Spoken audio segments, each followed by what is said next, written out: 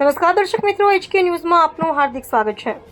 સાબરકાંઠામાં નકલી દૂધ મુખ્ય આરોપી રાકેશ પટેલને સાબરકાંઠા LCBએ ઝડપી પાડ્યો। પ્રાંતિજ તાલુકાના સલાલ ગામમાં ચાલતી નકલી દૂધ ફેક્ટરી મામલે પોલીસને મોટી સફળતા મળી છે। સાબરકાંઠા જિલ્લાના પ્રાંતિજ તાલુકાના સલાલ ગામમાંથી થોડા સમય પહેલા ઝડપાયેલી નકલી દૂધ બનાવતી ફેક્ટરીના કેસમાં પોલીસને મહત્વપૂર્ણ સફળતા મળી છે। આ કૌભાંડના મુખ્ય આરોપી રાકેશ નારાયણ પટેલને સાબરકાંઠા LCBની ટીમે ઝડપી પાડ્યો છે। પોલીસ તપાસમાં બહાર આવ્યું છે કે આરોપી દ્વારા સંચાલિત ફેક્ટરીમાં યુરિયા ખાતર તેમજ અન્ય ઝેરી કેમિકલ્સનું મિશ્રણ કરીને નકલી દૂધ તૈયાર કરવામાં આવતું હતું।